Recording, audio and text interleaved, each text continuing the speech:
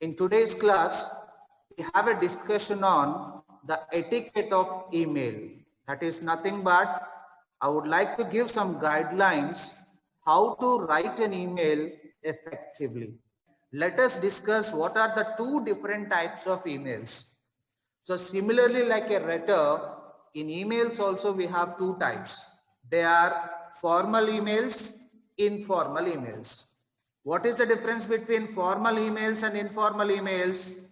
The emails you are sending for companies, government departments, or offices.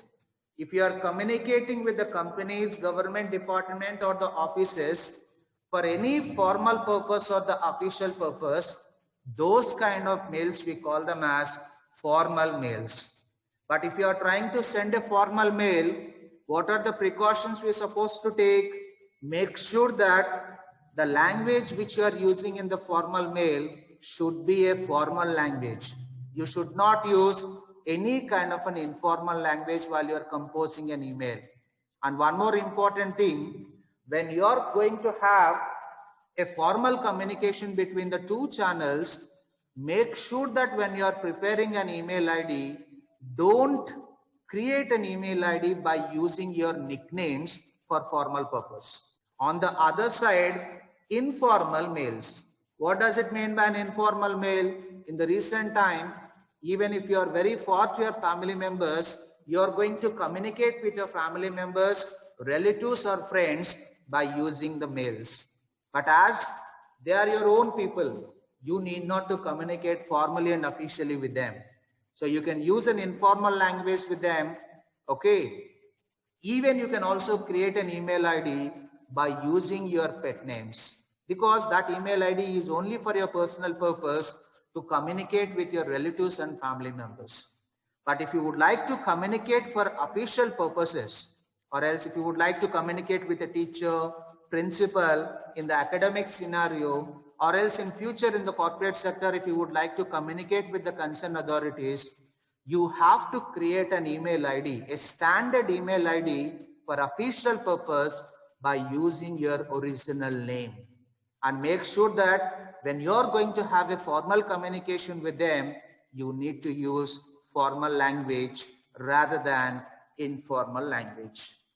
Now, let us see the structure of the email. My dear students, what is the structure of the email? First, by using our email ID, we need to log in into the mail. So after login into the mail, we'll have a dialog box like this. Inbox will be there, starred emails will be there. So many options will come in the left side of the box. And after that, if I would like to compose an email, then there is an option with the plus symbol, compose. I have to click on that option, compose, and I need to draft an email to the concerned person. So after click on to the compose, what are the elements would be visible in the dialog box actually? First one, to address. To address is nothing but where you need to mention the email ID of the recipient. What is the meaning of the recipient, my dear students? Recipient is nothing but the receiver of the mail. So in the to address, we have to mention the receiver's email ID, whom we consider as a primary recipient or a primary receiver. So why did I mention that as a primary receiver?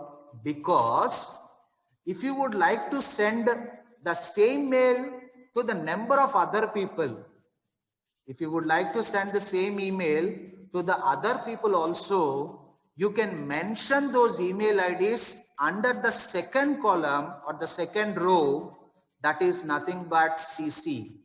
Can anyone tell me what does it mean by CC, which I have already given there? CC stands for carbon copy. What is the meaning of a carbon copy? A duplicate. Carbon copy is nothing but it's a duplicate copy. So if you would like to send the same email to the number of other people, you can type or mention the email IDs of those members under carbon copy. So CC stands for carbon copy. And BCC, the next row is nothing but BCC. What does it mean by BCC, my dear? BCC stands for blind carbon copy. BCC stands for blind carbon copy. But what does it mean by BCC? What is the purpose of that? What does it mean by BCC?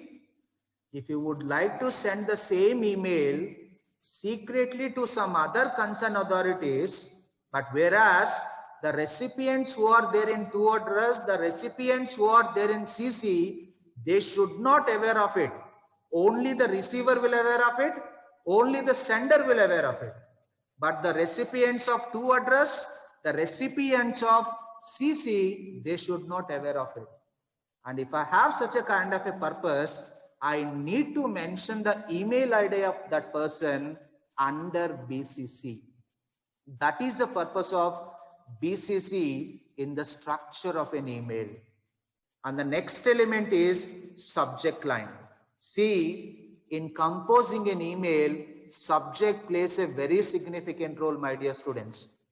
Because the reason is nothing but if you log in into the mail, only subject lines will be highlighted in the inbox. Have you ever observed that? What's the purpose of the subject line in an email? Subject line is nothing but it is a topic line of an email. I could say that as we have already discussed the paragraph writing and essay writing, it might be the central idea of the email. As how we discussed about the paragraph writing and essay writing, in email writing, subject line is the central idea of the email. So whatever the purpose of the mail, whatever the reason you are writing that or composing that mail, that purpose or the reason you have to mention that in the form of a subject line. So based on the subject line, the receiver will decide whether shall we proceed for a reading, or if it is not important, the receiver will delete it or ignore it. That is the purpose of a subject line. Now we will move on to the body of the mail. So what is the body of the mail we have? The body of the mail, my dear students, it is going to start with a salutation. What does it mean by salutation? The polite way of addressing the receiver, that we call it as a salutation. And after the salutation, that is nothing but sir, dear Rahul, dear Mr. Ravi. We call these expressions as salutations. So we have to use an appropriate expression based on our situation, okay, in the body of the mail. Second one, in the body of the mail. What is the second element in the body of the mail? Greetings. So you need to greet the receiver by saying that greetings, or else by addressing that good morning, good afternoon. So in any way, in a very polite manner, you need to address the receiver. Then based on the purpose of the mail, you need to compose the body of the email. You need to draft the body of the email. How to draft the body of the email? In the next slide, we will discuss on that. You need not to worry about it. Fourth one is a courteous leave taking. What does it mean by courteous leave taking? That is also known as subscription. The courteous leave taking, that is also known as subscription. What does it mean by subscription, my dear? The polite way of closing an email. The polite way of closing an email is called subscription. So what is the difference between salutation and subscription, my dear students? The polite way of addressing the receiver is called salutation. The polite way of closing an email or a letter, we call it as subscription. Is that clear? Shall I move on to the next? Contact details. So our subscriptions are nothing but examples. With regards, yours sincerely. These are the polite ways of closing an email or a letter. And these expressions, we call them as subscriptions. Okay, use an appropriate subscription to close the email in a very polite manner. So after the subscription, what we're supposed to do? We have to provide our contact details, your name, and if you are working in any organization, your designation and the name of the company, all the details you need to provide. Or else you are a student actually, you are composing a mail to the teacher, you need to mention your name, your roll number, section, branch, all the details you have to mention under contact details. So based on the purpose, we need to provide the contact details to the receiver.